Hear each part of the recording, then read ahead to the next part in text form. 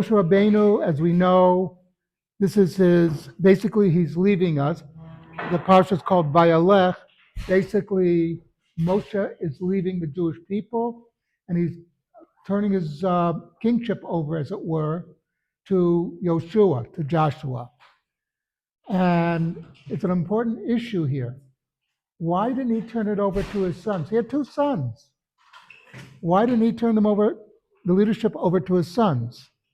Why to Yoshua, who he's not related to?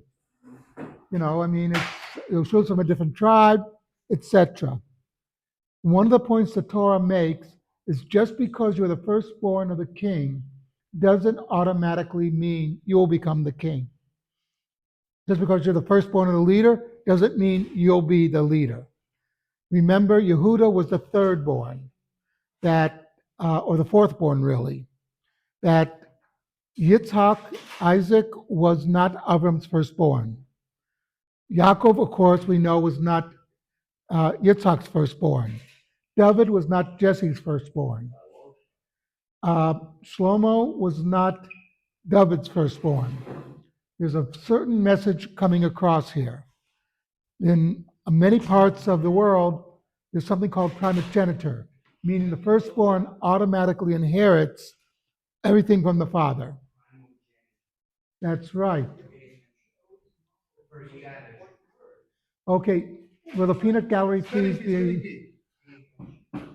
Okay, anyway, the point of the Torah is the leadership goes to the most qualified. And that's an important issue. That, as we know, a head of the Sanhedrin, who's a mamzer, can go ahead of a ignorant Kohen Gadol, high priest.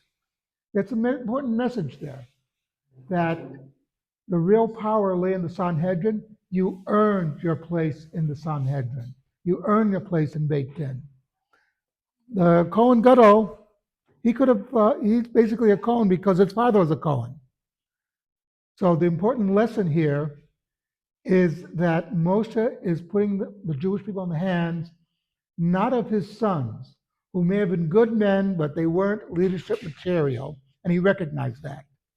Whereas Yoshua had been a student for 40 years, he realized he was leadership material. And that's something that we have to remember in choosing our leaders. It's not just because your father was a great rabbi. Your father could have been a great rabbi. What does that make you? The old story, a fellow goes into a restaurant, and there's a picture of Lubavitcher Rebbe on the wall. And he says, is it kosher? And he says, I got a picture of the Rebbe. He says, I'm asking you for a tudah. If the Rebbe was behind the counter and your picture was on the wall, I would have no qualms eating here.